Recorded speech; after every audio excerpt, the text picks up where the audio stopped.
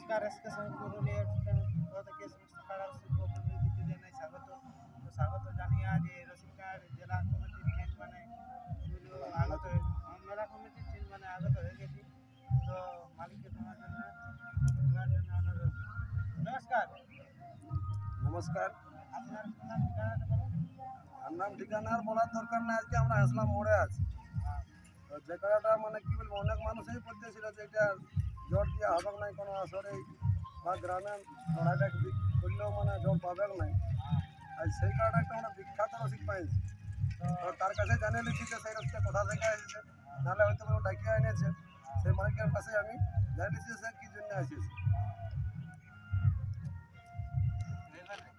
ঠিক আছে বলো আপনার নাম ঠিকানাটা। আমার নাম ধীরেন গুপ।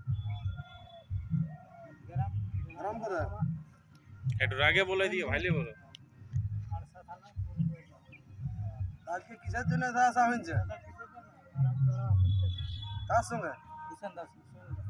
এটা কোথায় আছে ও কাটা প্রায় ধরা? হুসেন হাসির মিশির ট্রেন কোথায়? রসিদ কার্ডে 6 নম্বর কাড়া।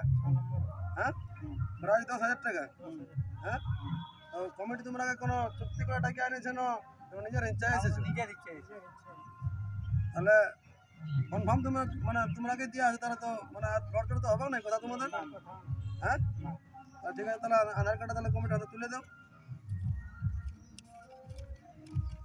দাঁড়া